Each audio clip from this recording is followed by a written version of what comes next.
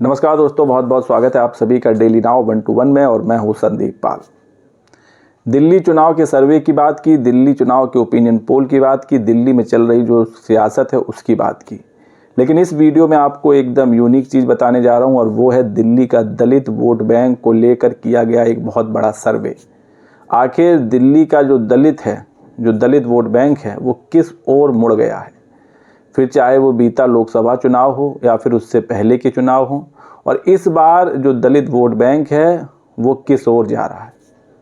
वो बीएसपी की ओर जा रहा है, वो कांग्रेस की ओर जा रहा है, वो बीजेपी की ओर जा रहा है या फिर आम आदमी पार्टी की ओर जा रहा है। दरअसल ये जो सर्वे किया है एक बहुत ही प्रतिष्ठित मीडिया हाउस का सर्वे है और उसी के हवाले से मैं आपको इस वीडियो में पूरी जानकारी देने जा रहा हूँ, इसलिए वीडियो थोड़ा ध्यान से और गौर से सुनिएगा। दरअसल दिल्ली की जो 12 सुरक्षित सीटें हैं वो दिल्ली की सियासत में अहम रोल प्ले करती हैं। इसके अलावा 18 और भी ऐसी सीटें हैं जहां ठीक ठाक दलित आबादी है, जहां पर कई पार्टियों ने दलित चेहरों को अपना प्रत्याशी बनाया है। क्योंकि जो 12 सीटें हैं ये तो रिजर्व सीटें हैं, इसलिए दलित प्रत्याशी उतरना लाजमी है। लेकिन इसके अलावा भी 18 सीटें हैं जहां दलितों की भागीदारी अच्छी खासी है और उनका जो वोट है वो अहमियत रखता है। तो कुल मिलाकर 30 सीटें हैं दिल्ली की जहां दलित वोट बैंक निर्णायक भूमिका में है। और इस वोट बैंक में, दलितों के भी वोट बैंक में एक जाति है जाटव। वो तय करती है कि कौन सी पार्टी दिल्ली की सत्ता तक जाएगी। उसका वोट बैंक बहुत अहमियत रखता है जाटव बिरादरी का। अब आपको हम वो सर्वे बताते हैं। दरअसल दलितों और आदिवासियों के संगठन नेकडोर और द कंजरवेंट मीडिया के सर्वे में ये पाया गया है कि दिल्ली का जो दलित समाज है वो अरविंद केजरीवाल को पसंदीदा मुख्यमंत्री बता रहा है। 5 फरवरी को वोट देने के मामले में जो रुझान है वो राहुल गांधी की कांग्रेस की तरफ जाता दिख रहा है। दरअसल 52% दलितों का मानना है कि लोकसभा चुनाव में उनका जो वोट है वो आम आदमी पार्टी और कांग्रेस को गया था, जबकि 7 सीटों पर जीत बीजेपी की हुई थी। लेकिन जो दलितों का वोट बैंक था वो कांग्रेस गठबंधन और आम आदमी पार्टी को गया था। ऐसे ही 46% दलित मतदाताओं ने लोकसभा चुनाव में बीजेपी को वोट किया था। तो 46% वोट गया था बीजेपी को, एनडीए कह सकते हैं, और जो बाकी बचा वोट शेयर था करीब 54% वो गया था इंडिया अलायंस को, और महज 2% वोट बीएसपी के खाते में गया था।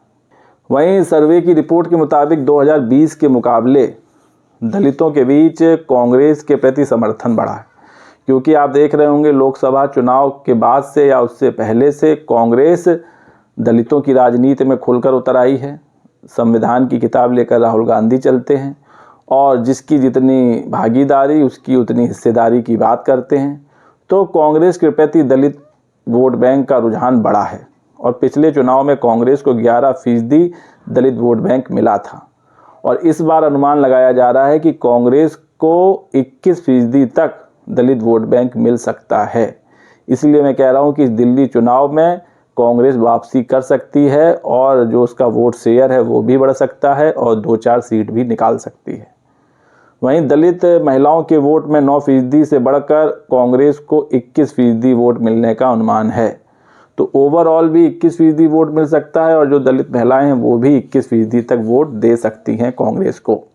वहीं एक और इंटरेस्टिंग फैक्ट है वो ये, इस सर्वे में ये भी पता चला है कि 53% जो दलित मतदाता हैं वो आम आदमी पार्टी के फेवर में हैं।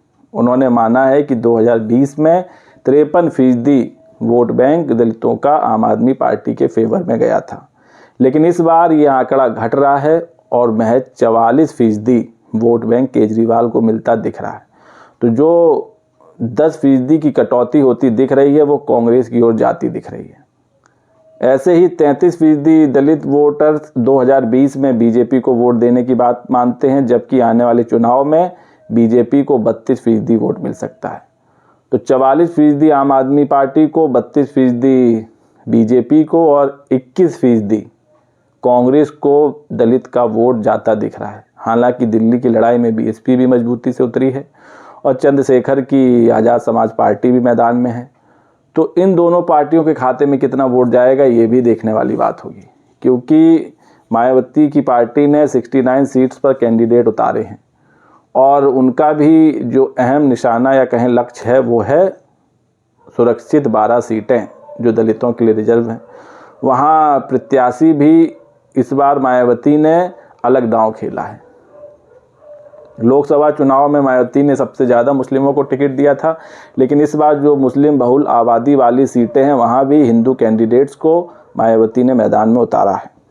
और एक और जो हैरान करने वाली बात सामने आई है वो ये कि इस सर्वे में 51% लोग अरविंद केजरीवाल को ही सबसे अच्छा मुख्यमंत्री मानते हैं, बेस्ट सीएम मानते हैं। तो अब ये आंकड़े आम आदमी पार्टी की ओर जाते दिख रहे हैं। हालांकि बीएसपी की भी तैयारी अच्छी चल रही है। अगर वो भी दलित वोट बैंक में सेंधमारी करने में सफल रही, कामयाब रही, तो हो सकता है 2-3 सीट बीएसपी के खाते में भी आए और उसका भी खाता खुले। लेकिन जिस तरह राहुल गांधी लोकसभा चुनाव के बाद से दलितों की राजनीति में खुलकर उतर आए हैं, वो कहीं ना कहीं बीएसपी के लिए भी खतरा है, चंद्रशेखर की पार्टी आज़ाद समाज पार्टी के लिए भी खतरा है, क्योंकि दलित वोट बैंक जो केजरीवाल से छिटकता दिख रहा है वो कांग्रेस की तरफ जाता दिख रहा है।